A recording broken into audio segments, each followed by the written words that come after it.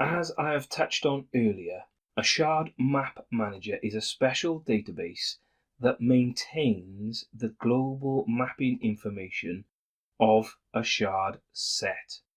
The mappings are maintained in tables that are automatically created under the underscore shard management schema, and we're going to discuss this in a bit more detail in the next slide.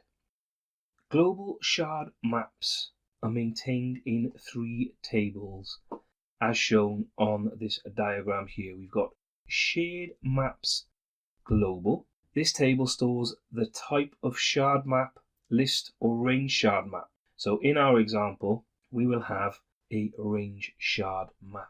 Then we've got the shards global table. This table maps the shards, or our individual SQL databases, to the shard maps defined in the shard maps global table. So in our example, the shard range map has 2 shards, shard 1 and shard 2.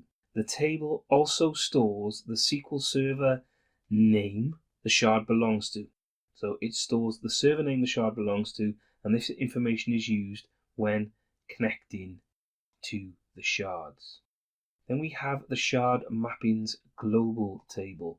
This is the global shared map that stores the sharding key to the shard mappings. So in our example, the customer IDs from 1 to 99 are mapped to shard 1, and 100 to 199 are mapped to shard 2. The information in the shard map manager is used by the client application to redirect requests to the correct SQL database based on the sharding key. Data-dependent routing refers to routing the query to the correct database or shard based on the sharding key specified in the query. This is the fundamental way of querying a sharded environment. The application doesn't maintain connection strings to different shards. The application doesn't even implement the logic of selecting the shards based on the sharding key. This is done natively using the functions provided in the Elastic Client Library. Now the application defines a single connection using the Open Connection for key method defined in the Elastic Database Client Library, and the syntax for the Open Connection for key is given in the snippet you can see on the screen there. Now it accepts 3 parameters, which are the T key. This is the sharding key used to determine which shard or SQL database in our shard set the query is to be made on.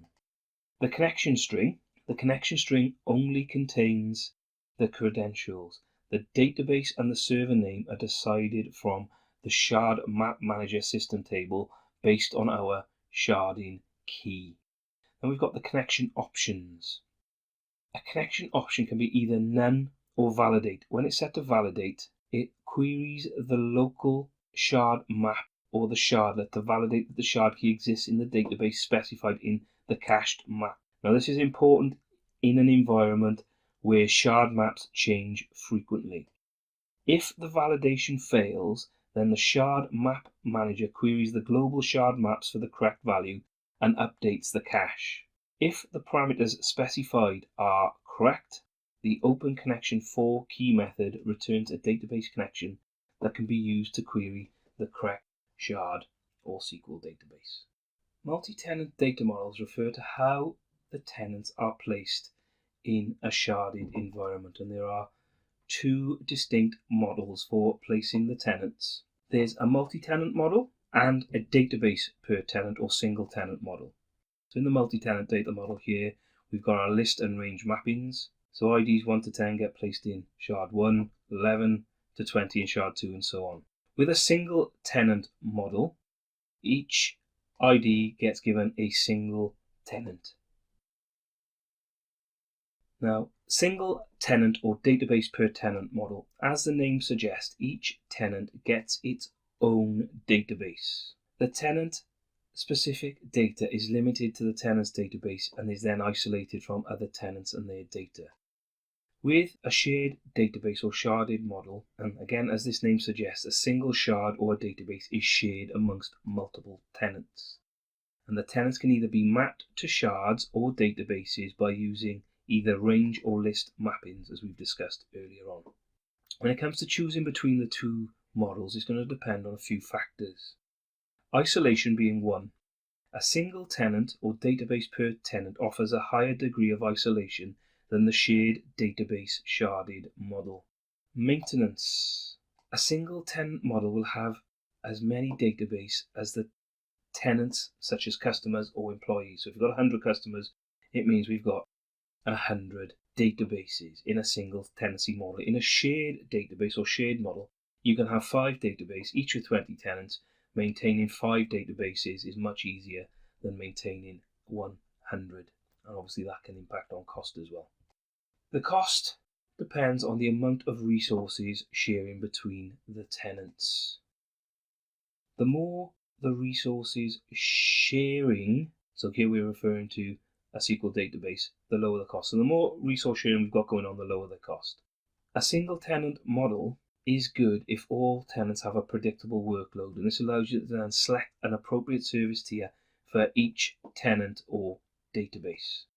If the workload isn't predictable, which is often the case, the data can either be oversized or undersized. On the other hand, a shared database sharded model with a higher degree of resource sharing offers a more cost-effective solution. Other factors to choose when you're making a decision on a multi-tenant model include DevOps or continuous integration.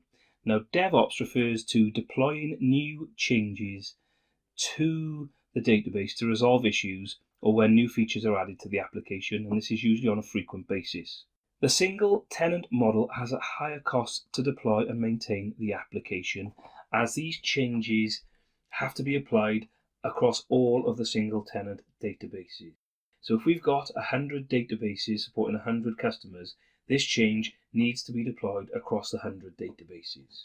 However, it'll take less time and cost to roll out the same feature in a shared databases sharded model because of the smaller number of databases involved. We also need to consider the business model. The application's business model is an important factor when choosing between the two multi-tenant models. If an application per tenant revenue is small, then the shared database sharded model makes sense. A shared database model will offer less isolation, but it'll have lower deployment and resource costs. On the other hand, if per tenant revenue is higher, then it can make more sense to have a single tenant model.